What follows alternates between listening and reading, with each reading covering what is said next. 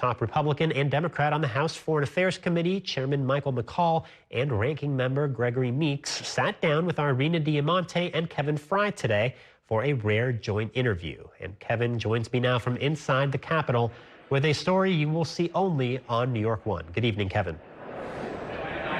Yeah, good evening, Bobby. And they are offering a call of urgency, saying lawmakers need to act and act soon. This, of course, comes about a month and a half after the president unveiled that $105 billion national security package, which includes that assistance you mentioned. Given the acrimony we have seen, the disagreements between the House and the Senate thus far, how confident are you that something will get done before the Christmas holiday, for example? Well, something has to get done. This is too important. But will it? We can't play politics with this. It's urgent. It's an emergency. Mr. Meeks and I were in Poland watching the hundreds of thousands of refugees coming out of Ukraine.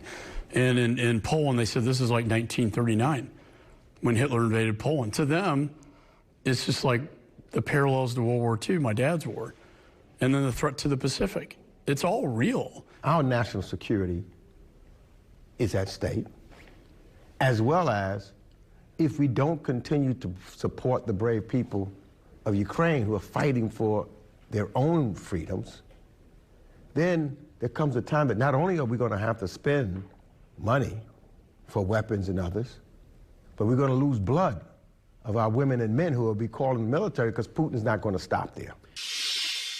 Speaker Johnson reportedly sent a letter to the White House saying Ukraine aid is dependent upon the enactment of transformative change to our nation's border security laws. Chairman, is that the right move given the Democratic votes, especially in the Senate, are not there? Well, I think his position is more pragmatic in politics. And when I go back home, I hear, particularly living in Texas, it's all about the border. There's not a whole lot of interest in Ukraine. And there should be. And I will say he's been persuaded by people like myself and the other national security chairs that Ukraine is important. So is Israel, so is Taiwan. Should border policy changes be tied in, what, if anything, are you willing to accept? We got to negotiate something. You know, from my city in New York, we have some issues and problems and trying to figure out how do we move forward. I think there's a way to do that without losing values and making sure that, you know, we are a country of immigrants. And to try to make sure that we continue to live up to those traditions and those measures.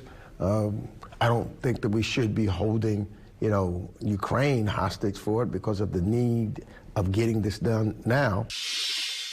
Presidential candidate Trump has, throughout his public life, repeatedly criticized and threatened to gut NATO. If he is elected to become president next year, what would that mean for the conflict between Russia and Ukraine? And you know, does it give Putin a signal to sort of run wild? I think what the intent was to make sure that NATO stood up and put 2% of their GDP into their own defense.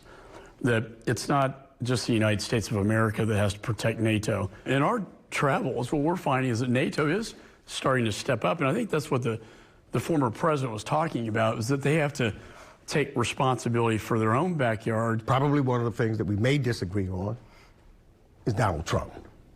You know, I do think that Donald Trump and his policies, and he was pushing forward with reference to NATO and others, is very problematic. And I think that when I talk to our allies and our friends, they will say it's problematic and they're concerned about that. The world watches Congress and says they can't agree how to pass this. They've been fighting. It's been more than a month since the bill was introduced, and still there's zero progress. There's disagreements over whether or not to do anything on the border and if that can be done. I mean, does that not undermine your message that you're trying to present? It's not over yet. We're still working on it. So, you know, oftentimes there are crucial things that are done in Congress because of a democracy, which is messy, that is done at the last second. You know, the kitchen is dirty at times. You know, you got to clean it up. You got to figure it out to try to make the meal. We speak on behalf of the country, not the party, when we're overseas, and they look to us as the leader of the free world. And for those who want to shrink from that responsibility, I go back to Reagan, who inspired me, who took down the Soviet Union. Like it or not, we, after World War II, became the leader of the free world, and we cannot shrink from that responsibility. Are you worried colleagues are? Some. in this House. There was a trend of isolationism before World War II in 1939, after World War I, rightly so.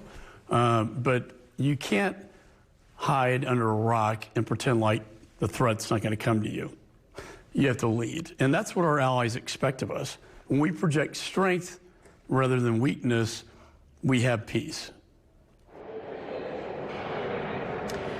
Now, Meeks and McCaul both agreed that they believe a, quote, mass majority of lawmakers in the House and the Senate would ultimately back some sort of aid package, sort of as outlined by the president. But it remains to be seen if anything will be able to get across the finish line.